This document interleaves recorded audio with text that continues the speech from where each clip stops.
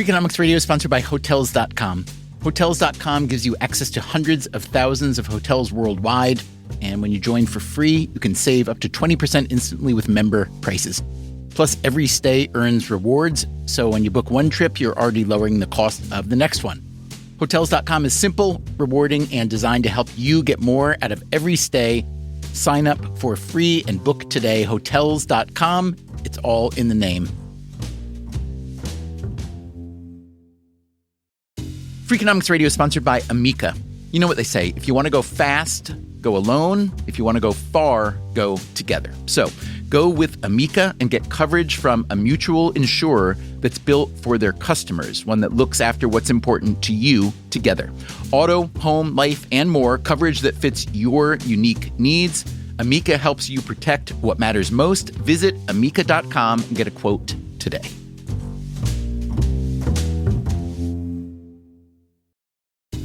Freakonomics Radio is sponsored by Mint Mobile. Ditch overpriced wireless with Mint Mobile. Cut your wireless bill to $15 a month at mintmobile.com/freak.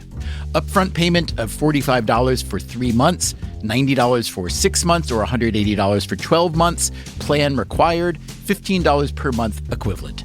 Taxes and fees extra, initial plan term only. Greater than 50 gigabytes may slow when network is busy, includes up to 20 gigabytes hotspot. Capable device required. Availability, speed, and coverage varies. See mintmobile.com.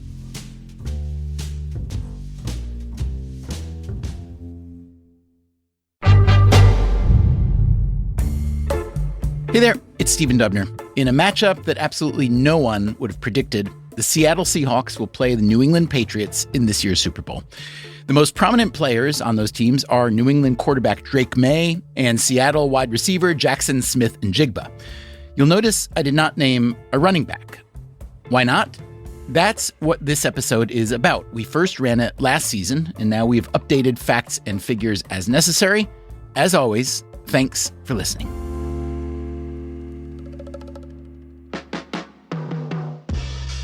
The National Football League, a phenomenally successful piece of the sports and entertainment industry, is largely built around the forward pass. That's when the quarterback, the star of the show, throws the ball downfield to one of his sprinting receivers who tries to catch the ball and sprint even further down the field. This can be a very exciting thing to watch. In recent years, the passing game has gotten even more exciting and more sophisticated, and it has helped drive the league's massive growth. But if you ask football fans of a certain age who they idolized when they were kids, it probably wasn't a wide receiver or even a quarterback. It was probably a running back. Big opening for Tony Dorsett. Look out, he's got great speed. 99 yards. Tony Dorsett was my favorite player.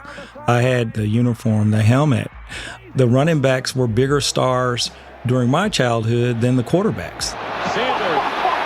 Unbelievable. My favorite player of all time was Barry Sanders. The day that he retired, I remember crying. Waters, one man to beat. Pumped it back. I had a Ricky Waters jersey when he was with the Eagles, actually. I wore it on the first day of school, I think of first or second grade.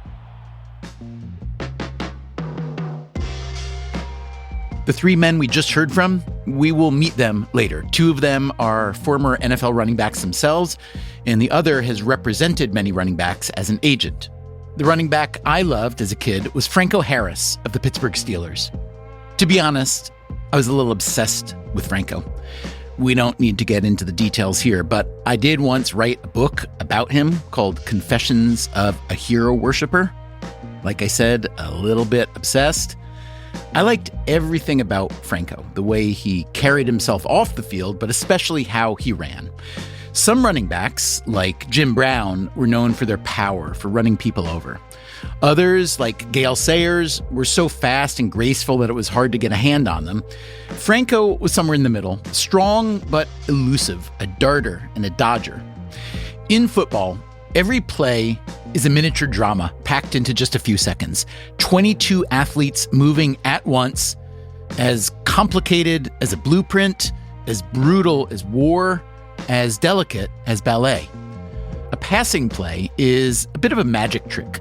The quarterback and receiver try to trick the downfield defenders into being in the wrong place at the right time. A running play is more predictable, since the running back has to get through a wall of massive defenders.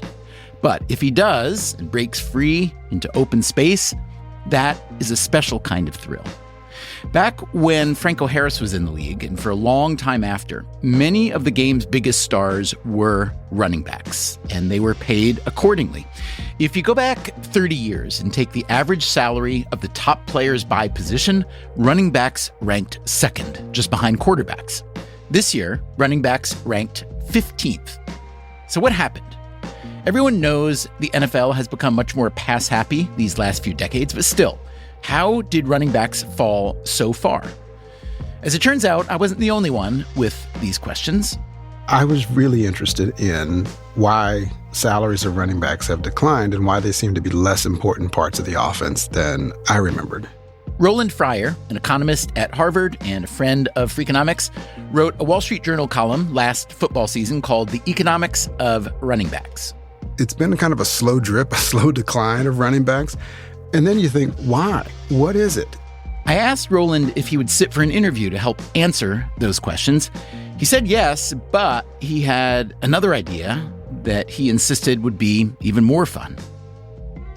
So here's the thing that really puzzles me. When I called you up and asked if we could talk about your Wall Street Journal column and make an episode based on this idea, you said yes, and I would actually like to co-host that episode.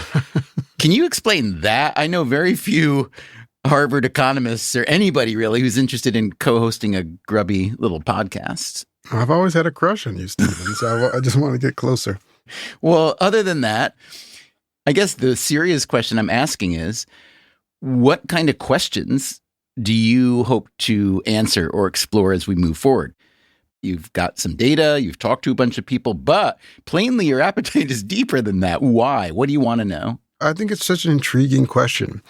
It's one of these things where your intuition and your eyeballs can oftentimes be inconsistent with what the actual data tell us. Where does our intuition fail us?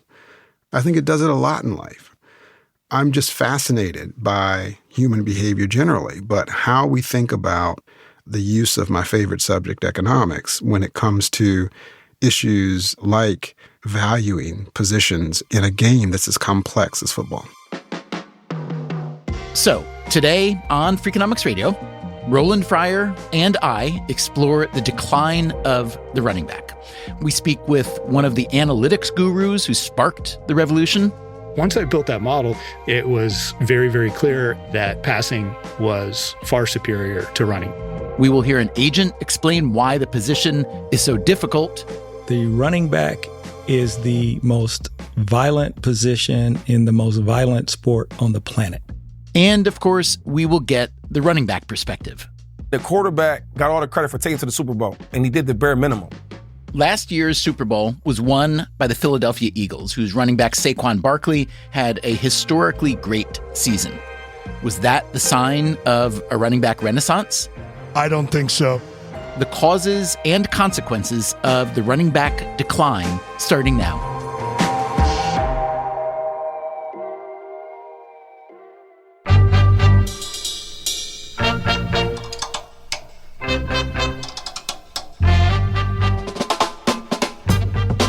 This is Freakonomics Radio, the podcast that explores the hidden side of everything, with your host, Stephen Dubner.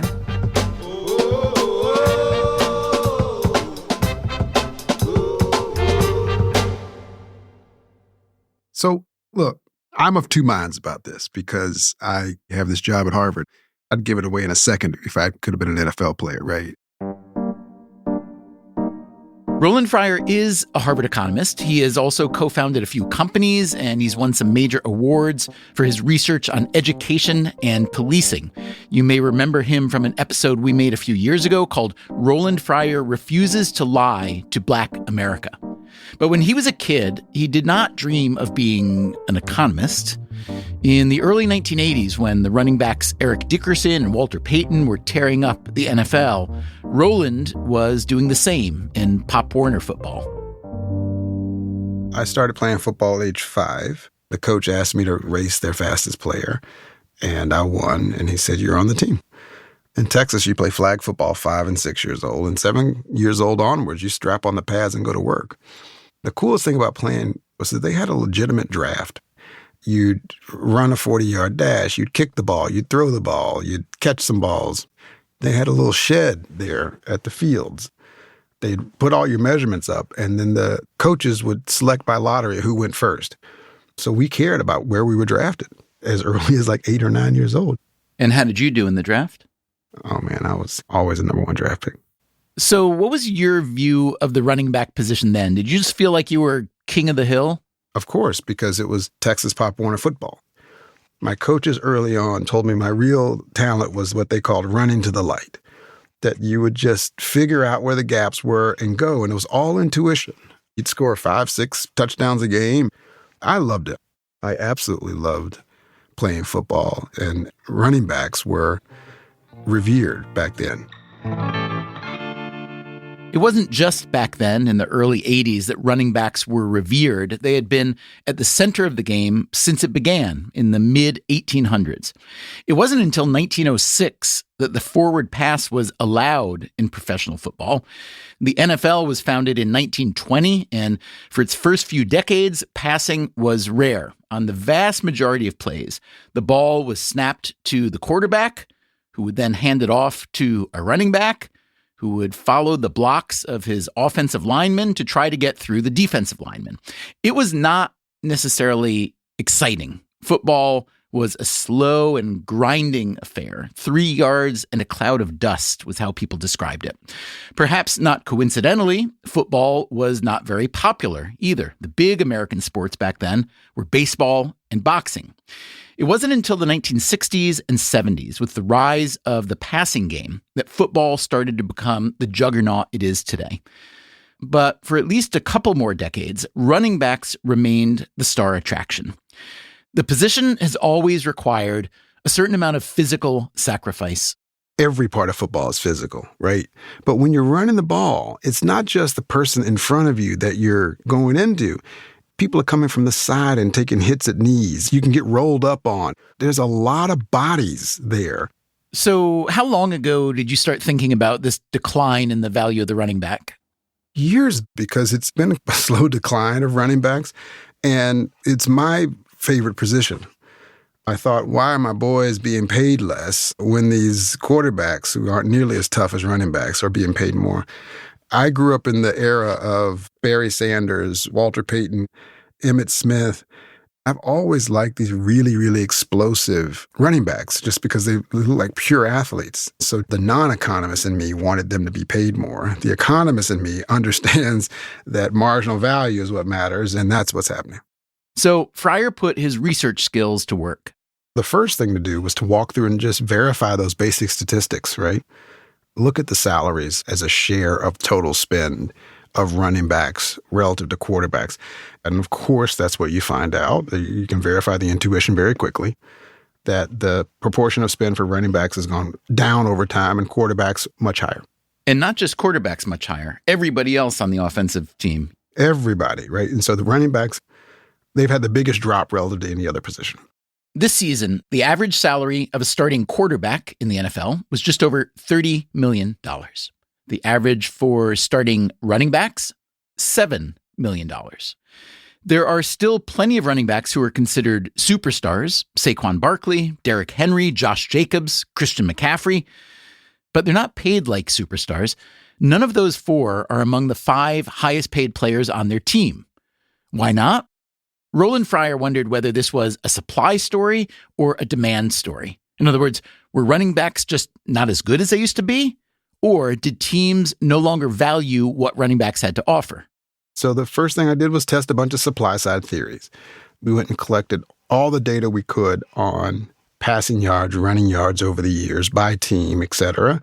But also, we needed to understand the characteristics of the players. So we looked at combine statistics and all the data we could collect from there in terms of 40 speed, 3-cone drill speeds, which is a measure of explosiveness, bench press, all those kinds of things. The NFL Combine is a showcase where teams assess the abilities of the college players they are looking to draft. And what we found was that running backs, in terms of their abilities in the combine, have not changed. So the supply going in has not changed. And importantly, because it is a team sport, the supply of the other people around them hasn't changed much. But what has changed is the expected value of a passing play relative to a running play. The NFL and the teams want to maximize wins, maximize revenue. And the way you do that is that you score a lot of points. The way you score a lot of points is that you pass the ball more. Pretty simple. Is it that simple? To find out, we wanted to hear from some running backs. Roland took the first interview. Are we ready? Yeah.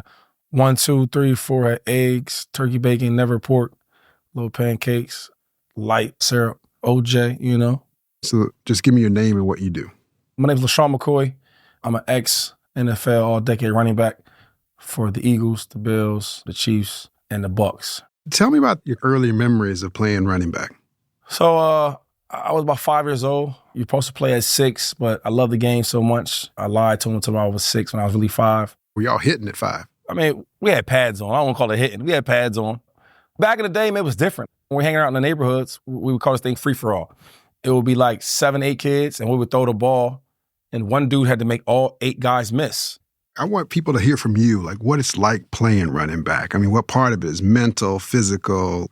How much of it can be taught versus instincts? It's one of the most unique positions on the field because you're the farthest one back. So you see everything going on. And as a running back, you have a job to do every single play. Wide receivers, they could take a play off. But running backs don't have that because we're either running the ball or we're blocking or we're in the passing routes. One part of it is just really the skill, natural gifts from God. And the other part is studying and learning.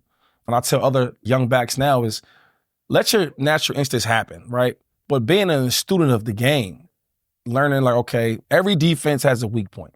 Your job as a running back to find that. Tell me, in your view, why is the running back market like it is today? I mean, do you feel like the current situation is unfair? Do you feel like it's fine? I hate it. It's unfair. It's unfair because you're telling me that you'd be a great difference maker as a running back, and because I don't play quarterback, I can't get paid the right value for my position. You're telling me that because I don't play quarterback, I got to play elite level every year to get elite money. But the quarterback can play above average for years and one year be pretty good, and now you about to get elite money? Think about that. Guys like Josh Jacobs, really, really good running back, played on bad teams and still played well. In his last year with the Raiders, he said, yo, you know, I led the league in rushing and they didn't offer me a contract. Can you imagine the world where a quarterback leads the league in passing yards and he don't get offered a contract? But on the other hand, I don't see any Super Bowl winners in the last 20 years with a mediocre quarterback, maybe Brad Johnson of the Tampa Bay Bucks. I see several with average running backs and really good quarterbacks. Is that a reason that the quarterback position is valued more? Well, it's tricky because the few quarterbacks in the last 5, 6 years, these guys been like all pro quarterbacks. Brady, he stole one in there. Stafford stole one in there. Mahomes got 3 in there. These ain't just regular guys just winning Super Bowls.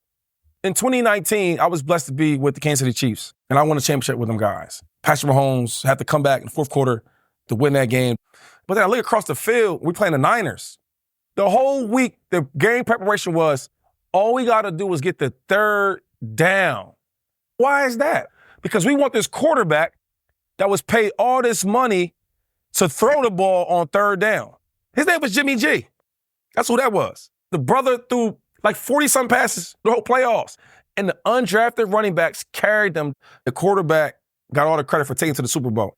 And he did the bare minimum. Or we go to New York. A dude like Saquon Barkley can be that good, and you rather pay Daniel Jones. How the hell is that fair?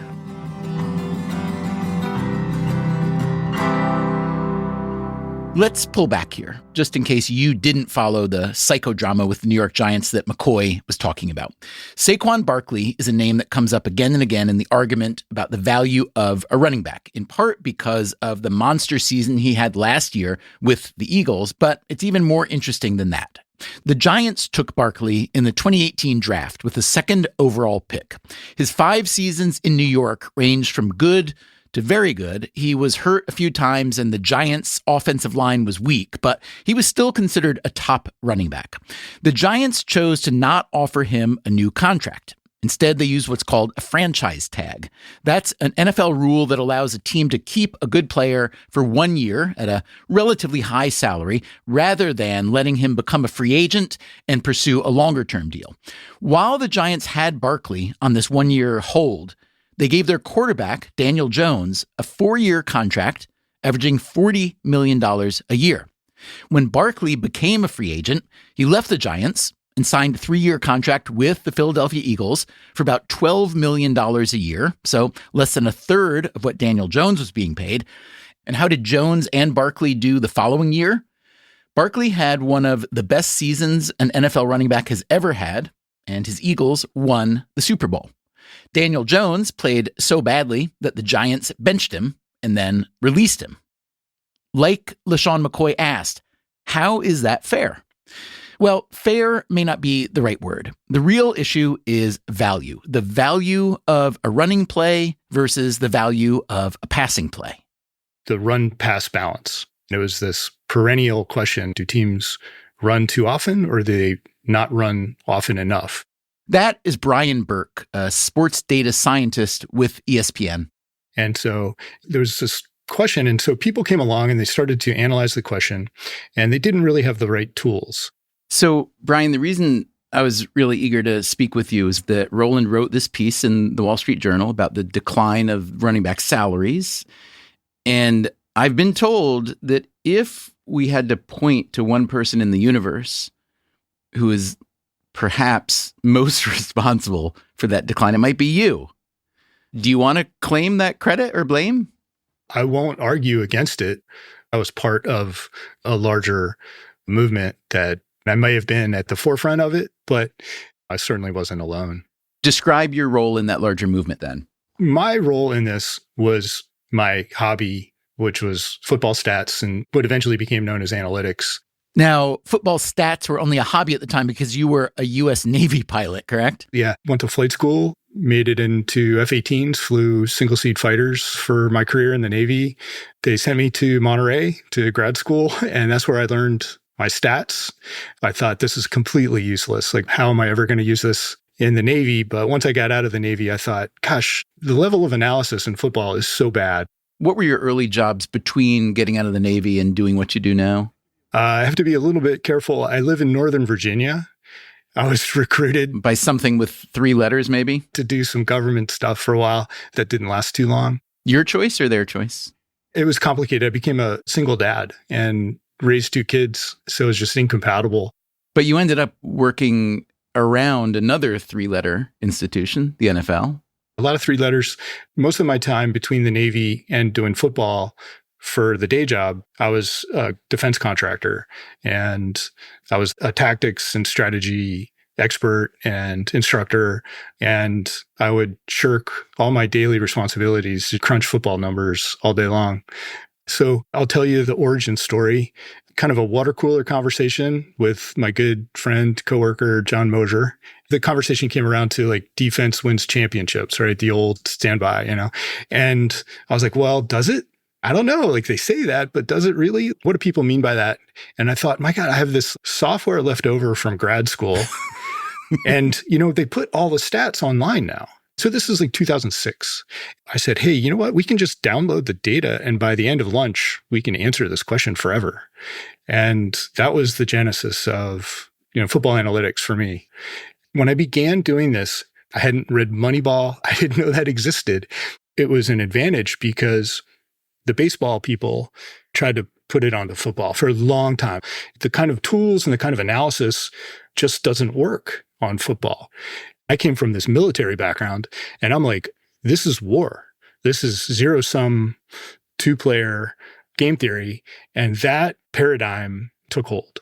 In what ways would you say that your military background contributed to the way that you frame the questions you're trying to answer in football? There's this optimization element to it.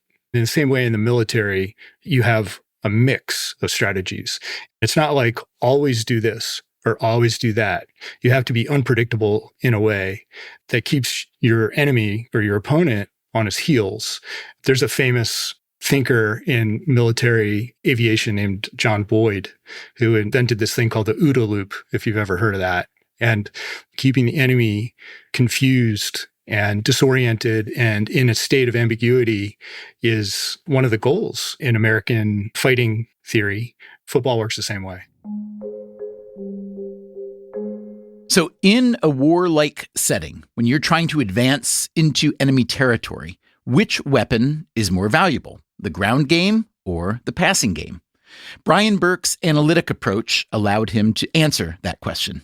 I was able to build something called expected points and expected points added. It's a point expectancy model based on down distance and yard line. Once I built that model, the very first thing I did was just aggregate by play type. And it was very, very clear at that moment that passing was far superior to running. Teams are running far too often. And the way you know that is because if they're doing each in the optimum mix, the payoffs would equalize. There would be what people commonly refer to in game theory as the Nash equilibrium. As long as you have an intelligent opponent, you can assume that that equilibrium is going to be the optimum mix. And they were far out of whack. From that moment on, we knew that you need to pass more. What year was this? 2008 is when I first did this, but it took years to permeate the football world. It was a slow process. Let's back up a bit. You don't have to go back to the 1920s or the 1950s, but pick whatever seems like a sensible starting point in modern NFL history and tell me how the running game evolved and was eventually superseded by the passing game. I think Franco Harris is a good starting point for the modern era. That's where people of our age grew up learning our football, and same with coaches. This is the 1970s. In those days, passing was very, very difficult. So running was a much better strategy. And then in 1978, the league massively rewrote the rules that had to do with passing, not just illegal contact, the way linemen could pass block radically changed. And the league is still catching up to this day in terms of exploiting those rule changes. Over time, different systems started to exploit the new rules. Then 2004, they changed the rules again. So over time, the potency of the running game compared to the passing game has decreased steadily. So the story you're telling me is simply that football people, including coaches and analytics people like you, have been discovering over the years that passing is more valuable than running. Additionally, the league itself decided over many years to make passing more prominent by rule changes. And so now we've just arrived at this new circumstance where passing is just more valuable than running. Where does that leave the running back in the modern football economy? Well, he's just not going to be as valuable. The star running back is not going to carry you to a Super Bowl. It hasn't happened in generations. Now, you may be thinking, I understand that running backs have become somewhat less valuable, but are they really that much less valuable? The answer to that question has to do with something that happened in 2011. The average fan doesn't fully appreciate that the NFL is a huge business. That's coming up after the break. I'm Stephen Dubner, and you were listening to Freakonomics Radio.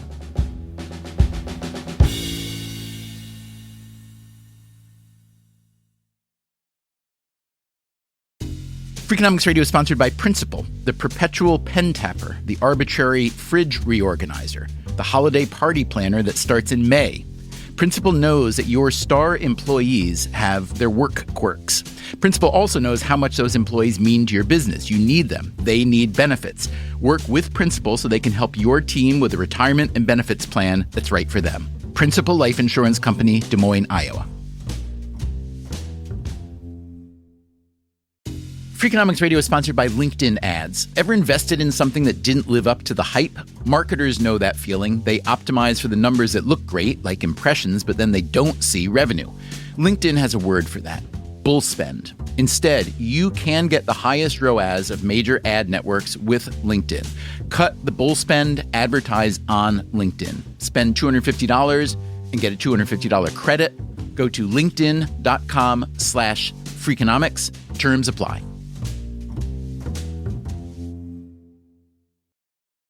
Freakonomics Radio is sponsored by PNC Bank. Boring, great word, bad rep.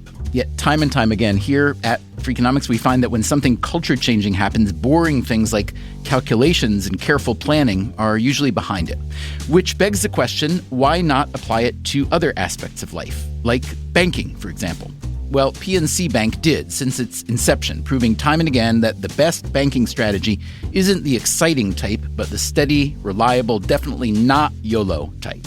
PNC Bank, brilliantly boring since 1865. Brilliantly boring since 1865 is a registered mark of the PNC Financial Services Group, Inc. PNC Bank, National Association, member FDIC.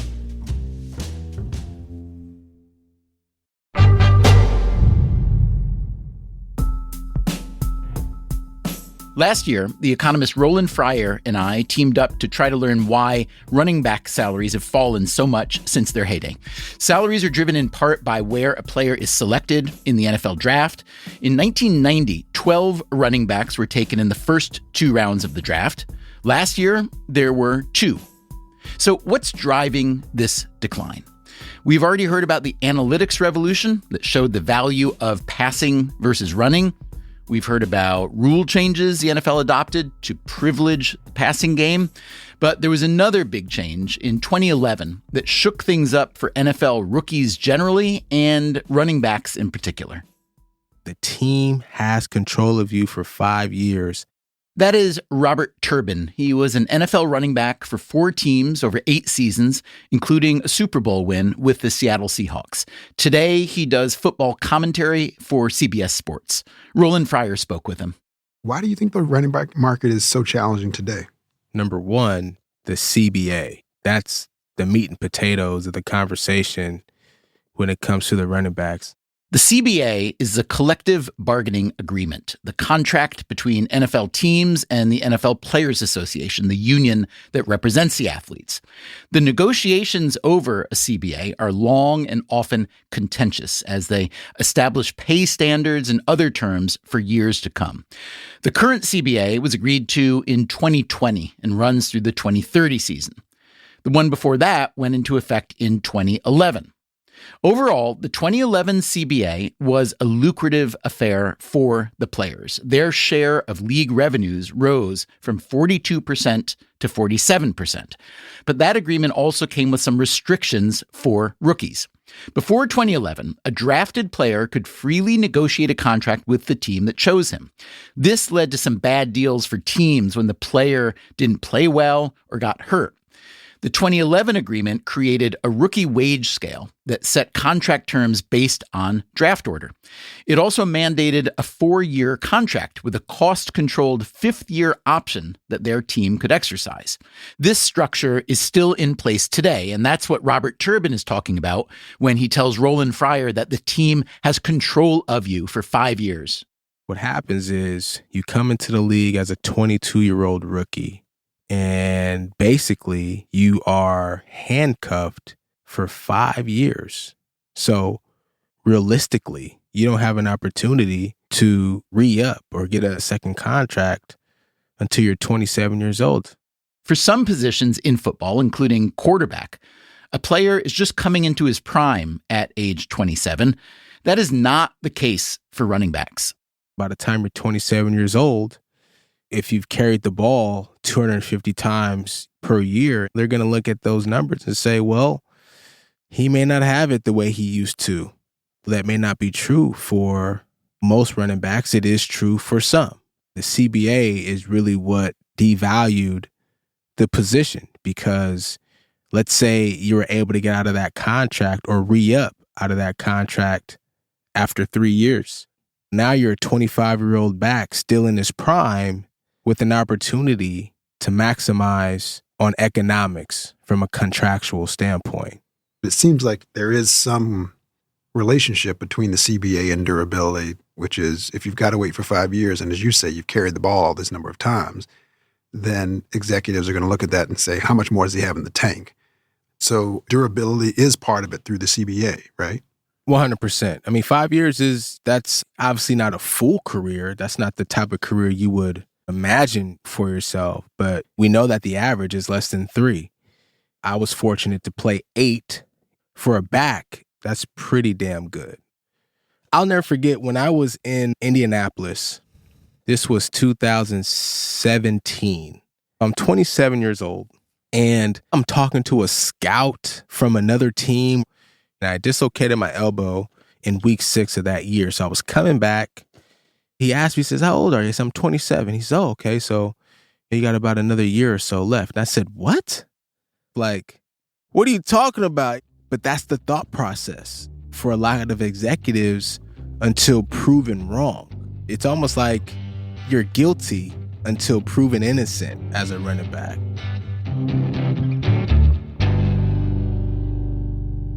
If you go back 20 years, the average career length for an NFL running back was around 5.5 years.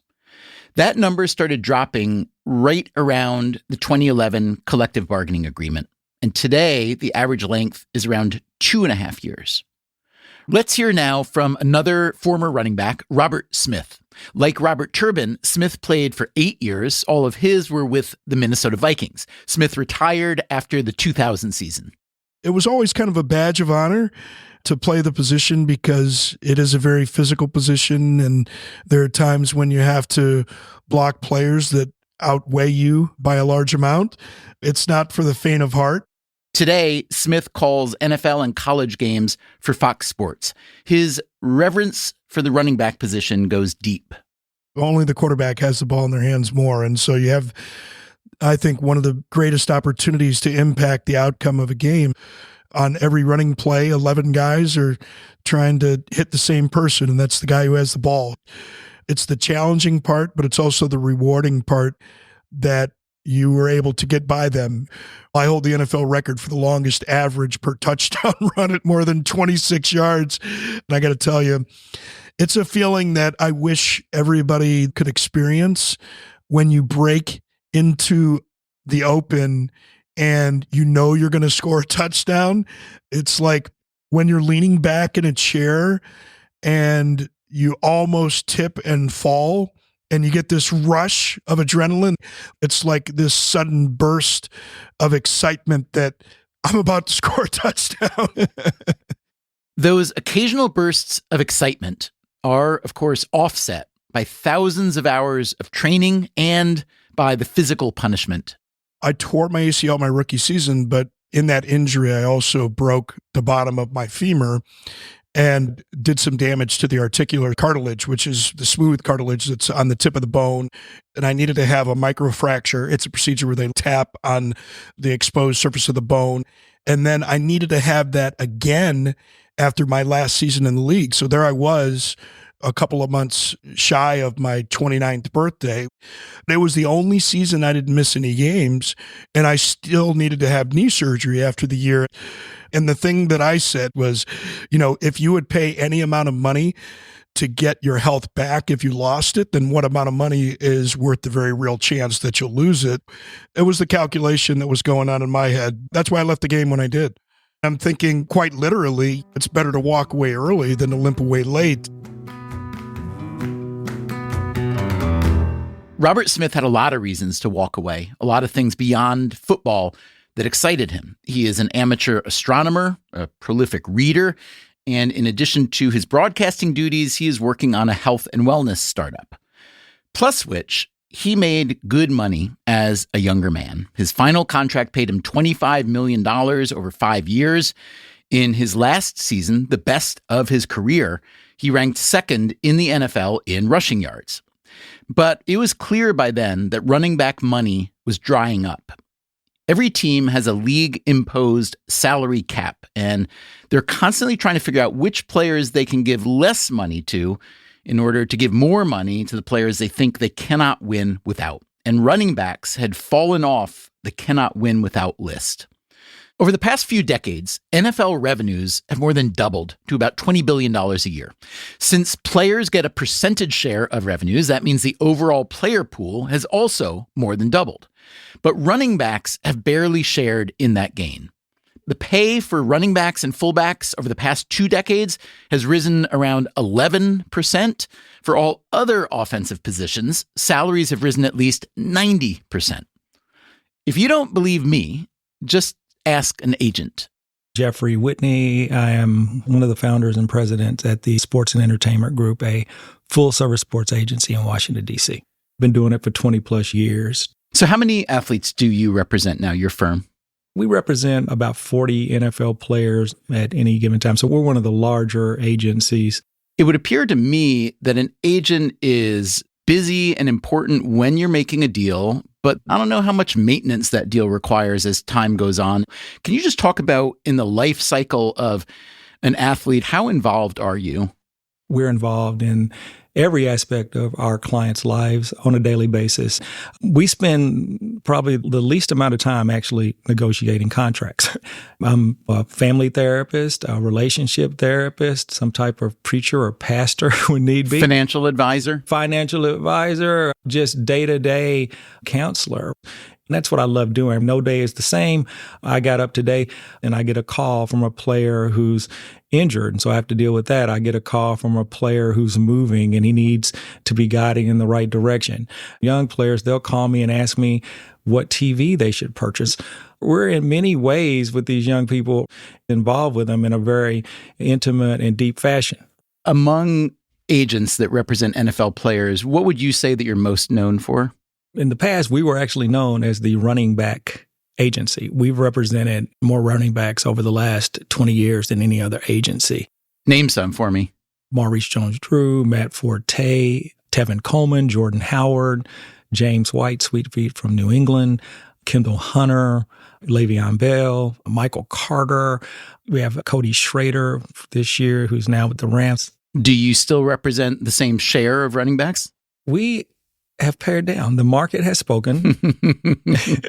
And over the last few years, we got into the receiver, cornerback, that kind of market.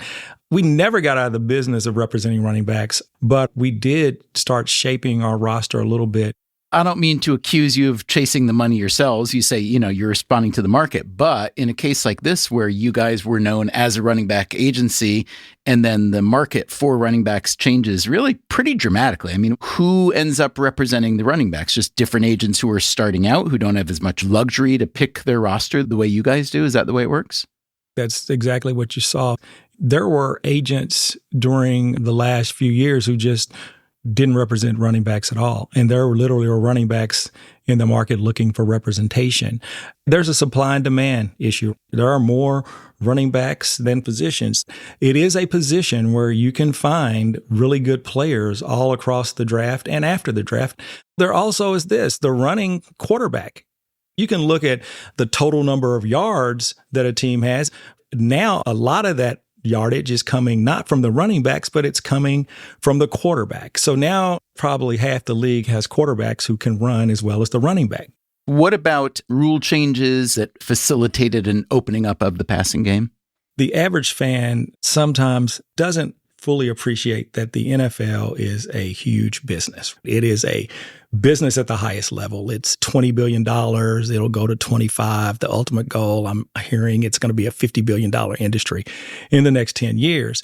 I think we've seen over the last 10 years kind of a cultural shift, not just in the NFL, but across sports. As fans, we simply see the outcome of the game, and we don't really understand that at the end of the day, these are corporations that are going to be responsive to their shareholders and consumers. And the NFL is no different. People like to see the ball in the air, the acrobatic catches and the leaps. The fans want to see long balls. They want to see passing. I still can watch a 10-7 game, a defensive battle. The best player is the middle linebacker and the running back, and I'm happy with that. But for the younger generation, absolutely boring. We can talk supply and demand. We can talk the running quarterback, and those all do have some influence in the devaluation for the running back position. Ultimately, if we really dig down and look at root causes, it's really the corporation, the actual NFL, responding to their consumer base and what their consumer base wants to see. When you say that the NFL responded to what the market wants, give me some specific examples of how the league has, added leverage to make passing more prominent, either passing and or quarterback play more prominent. You've seen a ton of rule changes, obviously, to make it a higher scoring game with more offense. The defenses have been handicapped. The pass interference rules, you can't hit the quarterback. Some of the rules are good for the safety of the players. But certainly the root of the reason it's to increase the scoring. And the way you do that is through passing. Let's talk about injuries and perishability generally. Just talk about the physical punishment that comes along with running back position, where it ranks with other offensive players. Make no mistake about it. The running back is the most violent position in the most violent sport on the planet. Running backs are getting hit on every play. In pass protection, they're getting hit. You've got a running back who's 5'10", 215 pounds, and he's blocking a 325-pound defensive lineman. The defensive players are getting bigger and faster every year. That physicality for the running back is real. The likelihood of a running back getting through the season unscathed, no injuries, is slim to none. And so a lot of teams, because of that, they go with running backs by committee. What Whitney is talking about here when he says running backs by committee is when teams substitute in multiple players throughout the game or the season to share the workload. Here again is Brian Burke, the ESPN analyst. I think that's one of the core developments that's affected the running back position, is that teams have realized that you don't necessarily need a great running back. What you need is a great running game. I think when most people watch football, they see the quarterback hand the ball to the running back who, when a play succeeds, he gets through the line and then keeps running and gains a bunch of yards and finally gets tackled. And they think, oh my God, that running back is so talented. Explain what's actually happening to make that run a success. Yeah, there's going to be 8 or 9 blocks that are all essential. You need these kind of consecutive miracles for a run play to really work. Coaches will draw them up and it looks perfect on the whiteboard, but then in the chaos of the game, so many things have to go right for it to work. But when it does, it's beautiful. And then the people executing those blocks, let's just talk about the offensive line. There's one running back who carries the ball, who succeeds, but then there are 5 or 6 other guys who are probably averaging, around 290 pounds on the offensive line? Oh gosh, probably more now, yeah. Some football fans really do pay attention to offensive linemen, but really it's mostly their moms. But there are a lot of them that are necessary for it to work. So what does that mean about the market? The way to think about it is the line and the blocking and the scheme are responsible for the first 3 or 4 yards of a gain on a run play. And then from there on, it's the elusiveness of the running back. It's like a threshold system where if I have a good enough line to get a running back out to 3, 4, 5 yards, now he's into the secondary and it's up to him to make defenders miss their tackles. And then you get these big explosive gains. So if you want to improve your running game, you don't go out and just get a great running back. I would say start with the offensive line, make sure you're calling good plays, and then the cherry on top might be a star running back. Coming up after the break, do running backs have any chance of returning to their previous glory? Everything is cyclical, right? If you keep those bell bottoms long enough, they'll come back. I'm Stephen Dubner. This is Freakonomics Radio, and we will come back right after this.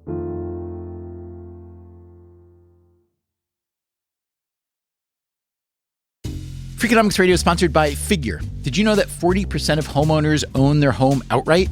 If that's you, don't let your equity sit idle. Tap it with a home equity line of credit.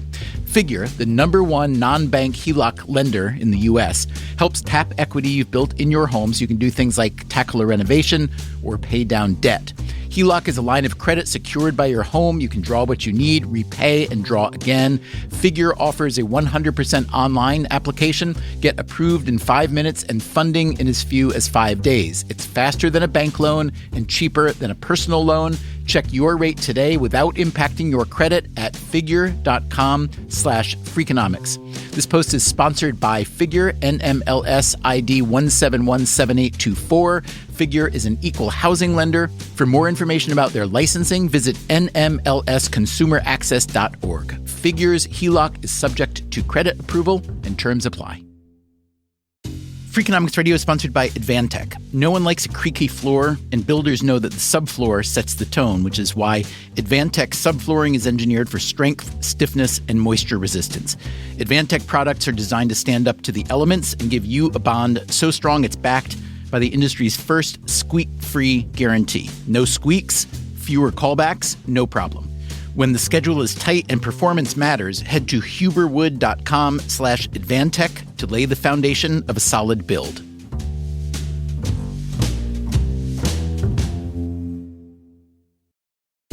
Freakonomics Radio is sponsored by Dell Technologies. When you're at work, you never know when you'll be interrupted. But with the Dell Pro powered by Intel Core Ultra with vPro, no matter what distracts you, your laptop won't. It's battery optimized for the way you work with built-in intelligence that quiets distractions when you need to focus. Your laptop will help keep you locked in even when it's bring your dog to work day. Built for those who stay in the flow, the Dell Pro, built for you. Dell.com/Dell-Pro.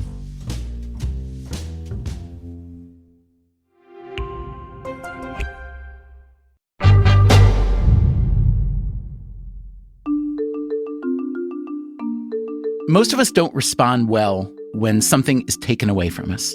Psychologists like to talk about loss aversion, the fact that we feel more pain from loss than we feel pleasure from a gain of the same size. Well, imagine being an athlete who's been working hard since age 5 or 6, driven by the very slim hope that you might live out your dream and become an NFL running back, only to succeed and discover that your position has been downgraded.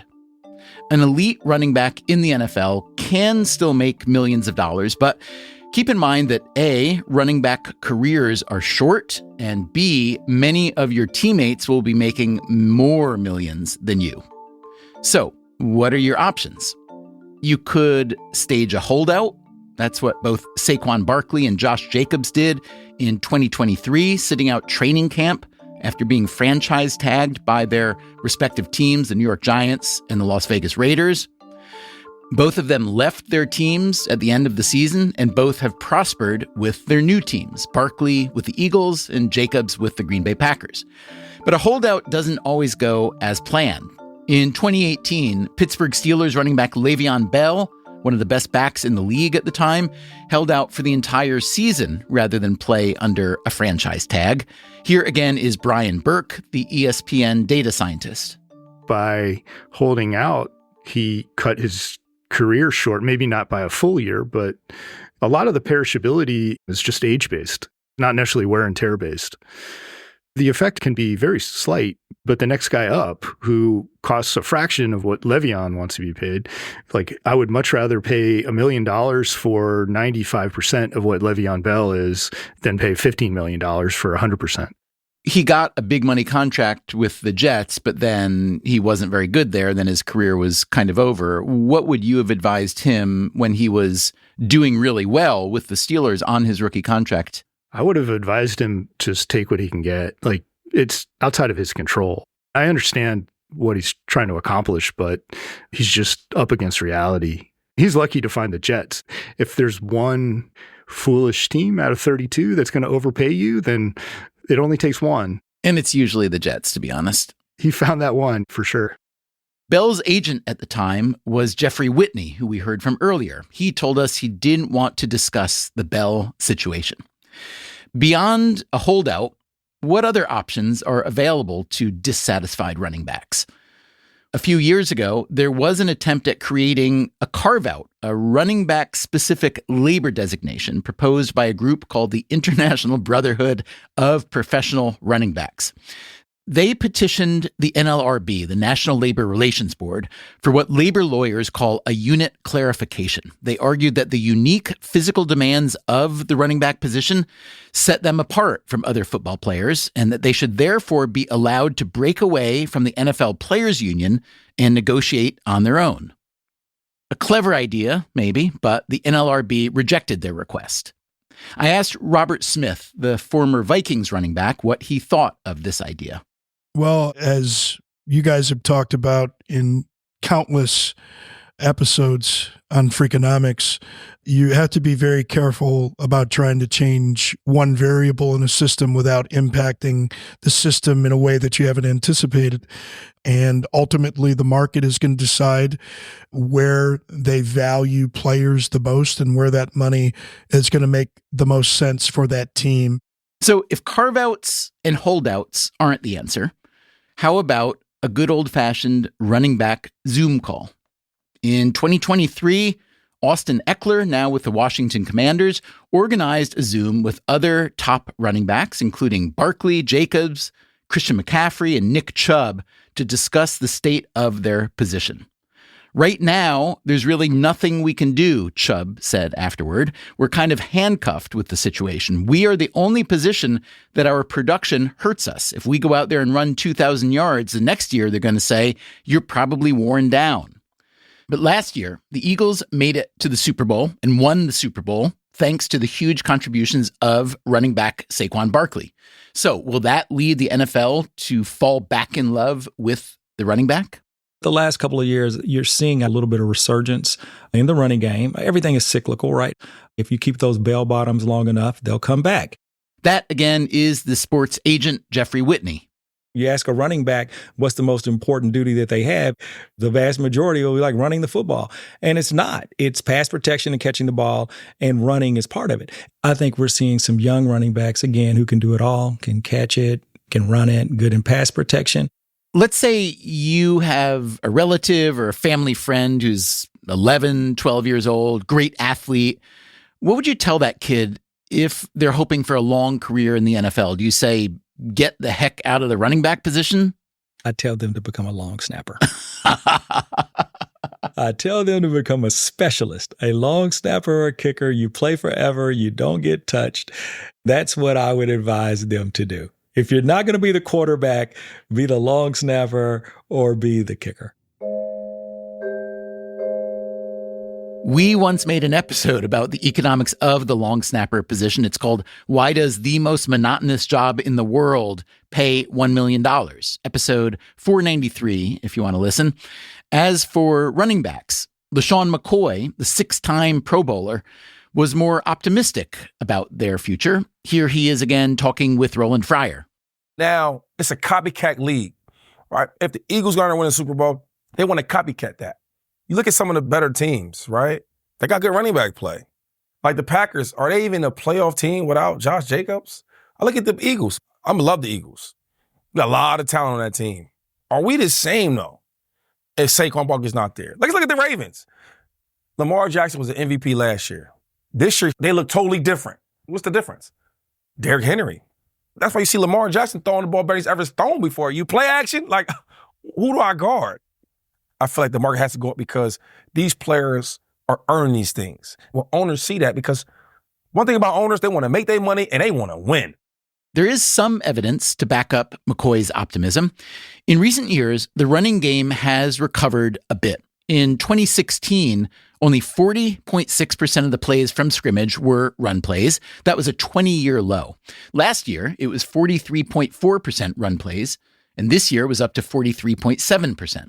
When I spoke last year with former Vikings running back Robert Smith, I asked what he thought of the uptick. I'd be interested to see the breakdown. Number one, is it running backs? Is it quarterbacks? You have more quarterbacks that can run the football, and they're extremely difficult to stop, whether it's Lamar Jackson, even a Patrick Mahomes, Josh Allen. You're going to have some guys that may distort those numbers. I mean, some of it's selection bias because the better teams are constructed in a way where they can run the football in the red zone the way they want to. And then they have the lead, and so they're going to get more runs that way. Is it possible that there might be somewhat of a return to the retro world of run first? I don't think so. It goes back to the point of what it takes on a running play. A lot of people would point to Saquon Barkley and Derrick Henry, and those guys are outliers. Look at what Saquon Barkley did with the Giants last year Look what Derrick Henry did with Tennessee last year. Look what they're doing with their new teams this year with Philadelphia and the Ravens. The offensive lines are just that much better. So it almost proves the point the other way that, yeah, well, of course, you put these guys behind the great offensive lines. Saquon Barkley in particular, he set a record for number of yards before first contact this year. So when you look at the performance of running backs, there's no way that it would be significant enough where everybody would say, well, all we got to do is go get a Saquon Barkley. All we got to do is go get a Derrick Henry. Oh, and by the way, it didn't work for those guys behind those other offensive lines. So you're still going to have to spend the money to get the offensive line in place that's going to allow those guys to have Saquon Barkley-like numbers or Derrick Henry-like numbers. Brian Burke of ESPN agrees with Smith that Henry and Barkley are the exceptions that prove the rule, but his reasoning is different, and it goes back to his military training. The concept is intransitivity. There is no one superior tactic. It's circular. The other 31 teams are all chasing pass blockers and receivers and throwers and everything. And there's a whole bunch of run blockers and running backs left on the table. There's inefficiencies. I'm going to go grab them and I'm going to be the best running team they've ever seen. And they're going to be unprepared for us. And that's going to be pretty effective. But only one or two teams can get away with that. I went back to my economist friend and co-host, Roland Fryer, and I asked him if a young running back came to him for advice, what would he say? Learn how to throw. I mean, I don't know what you want me to say. When market demand changes, particularly in something as intricate as the NFL, then certain positions will be more or less valued. And going in, people will expect that. The other option would be to say, when you do get the ball, run further. Exactly. Be more productive. And yet, the end of your Wall Street Journal piece goes like this. The economist in me likes the results, meaning the results of your analysis, finding that running backs get paid less because they're less valuable relatively.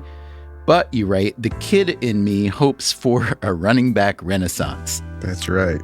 So as cool, calm, and collected and economist acting as you are right now, saying, come on, the market is the market, there's part of you emotionally that's attached to my argument. 100%. This duality has lived in me since I became an economist. But you didn't ask Juju, the kid from Daytona, to advise the players.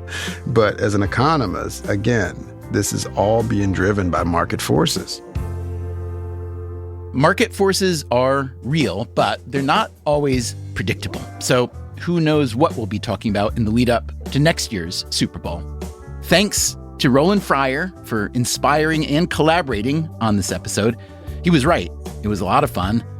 And big thanks to all our guests, LaShawn McCoy, Robert Smith, Robert Turbin, Jeffrey Whitney, and Brian Burke. I think they all did a great job explaining a complicated game that many of us love, but which many others are often baffled by. And thanks especially to you for listening. We will be back very soon with a new episode. Until then, take care of yourself and, if you can, someone else too. Freakonomics Radio is produced by Stitcher and Renbud Radio. You can get the entire archive of Freakonomics Radio on any podcast app. If you'd like to read a transcript or the show notes, that's at Freakonomics.com. This episode was produced and updated by Teo Jacobs. It was mixed by Eleanor Osborne. The Freakonomics Radio Network staff also includes Augusta Chapman, Dalvin Abuaji, Ellen Frankman, Elsa Hernandez, Gabriel Roth, Ilaria Montenacourt, Jasmine Klinger, Jeremy Johnston, and Zach Lipinski. Our theme song is Mr. Fortune by the Hitchhikers, and our composer is Luis Guerra. As always, thank you for listening. You want to get married? I can't marry anyone who I can't run faster than backwards. So that's a no. I don't know. I've had a series of knee injuries. You might be able to get me now. Yeah, but I've had a series of birthdays.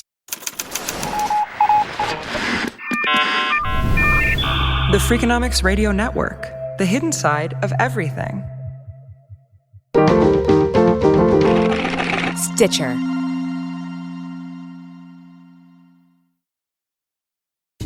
Freakonomics Radio is sponsored by Ozempic. Innovation happens through rethinking what's possible, and when it comes to GLP-1s, Ozempic pill does just that. Learn more about Ozempic semaglutide tablets, 4 and 9 milligrams, by calling 1-833-OZEMPIC or visit Ozempic.com to view the medication guide and ask your doctor what's possible with FDA-approved Ozempic pill.